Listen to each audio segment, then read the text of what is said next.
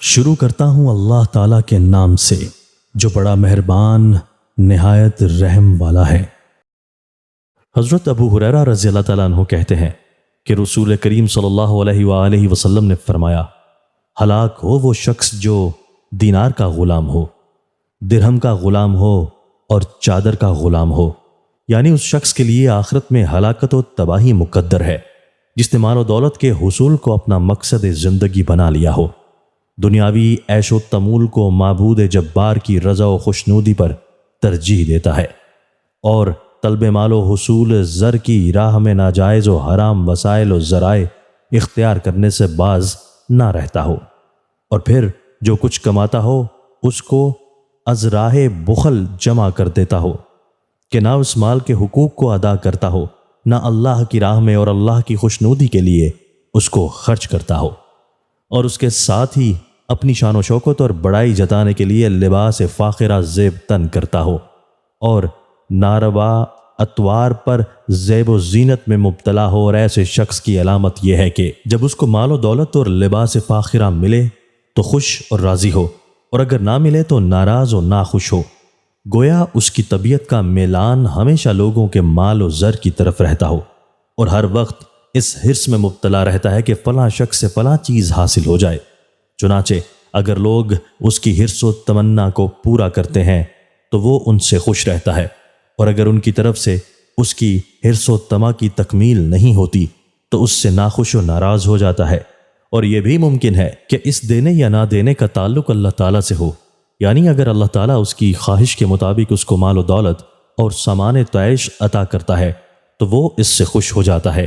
اور اگر اللہ تعالیٰ اس کی خواہش و حرص کو پورا نہیں کرتا تو وہ اللہ تعالیٰ کے تئیں اپنی ناراضگی ظاہر کرتا ہے۔ ایسے شخص کی اس مذموم خصلت کی وجہ سے گویا حضور صلی اللہ علیہ وآلہ وسلم نے مکرر بد دعا فرمائی کہ ہلاک ہو ایسا شخص اور ذلیل و سر نگوں ہو، اور دیکھو جب اس شخص کے پاؤں میں کانٹا لگ جائے تو کوئی اس کو نہ نکالے۔ گویا تہدید و تنبیہ کے طور پر ایسے شخص کے حق میں مسلمانوں کو آگاہ فرمایا گیا کہ اگر ایسی مذموم خصلت رکھنے والا شخص کسی آفت و پریشانی میں مبتلا ہو جائے تو کوئی اس کی مدد و اعانت نہ کرے۔ دنیا داروں اور حرص و طمع کے غلام لوگوں کی اس بدحالی کو ذکر کرنے کے بعد حضور صلی اللہ علیہ وآلہ وسلم نے چاہا کہ ان کے مقابلہ پر ان طالبان دین اور زاہدان دنیا کا بھی ذکر فرمائیں جو آخرت کی فلاح حاصل کرنے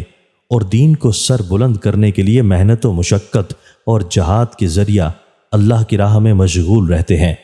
دنیا سے بے نیازی برتتے ہیں، ظاہری زینت و آرائش سے دور رہتے ہیں، اور اہل دنیا کے طور طریقوں سے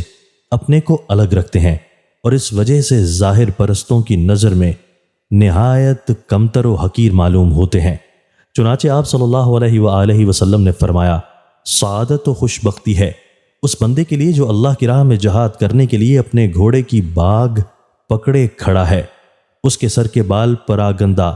اور قد غبار آلود ہیں۔ اگر اس کو لشکر کی اگلی صفوں کے آگے نگہبانی پر مامور کیا جاتا ہے تو پوری طرح نگہبانی کرتا ہے کہ کسی بھی وقت اپنی ذمہ داری کی انجام دہی سے نہ غافل رہتا ہے اور نہ سوتا ہے،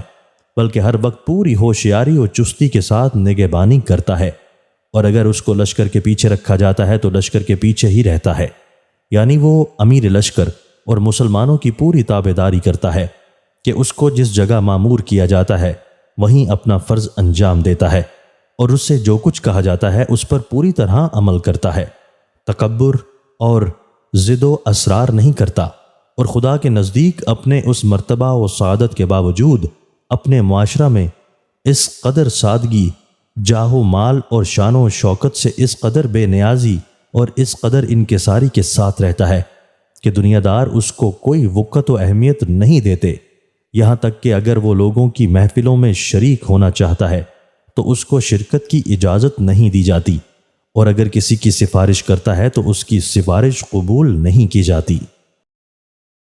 دوستو، اللہ تعالی ہمیں ان احادیث مبارکہ پر عمل کرنے اور اپنی زندگیوں کو سنوارنے کی توفیق عطا فرمائے۔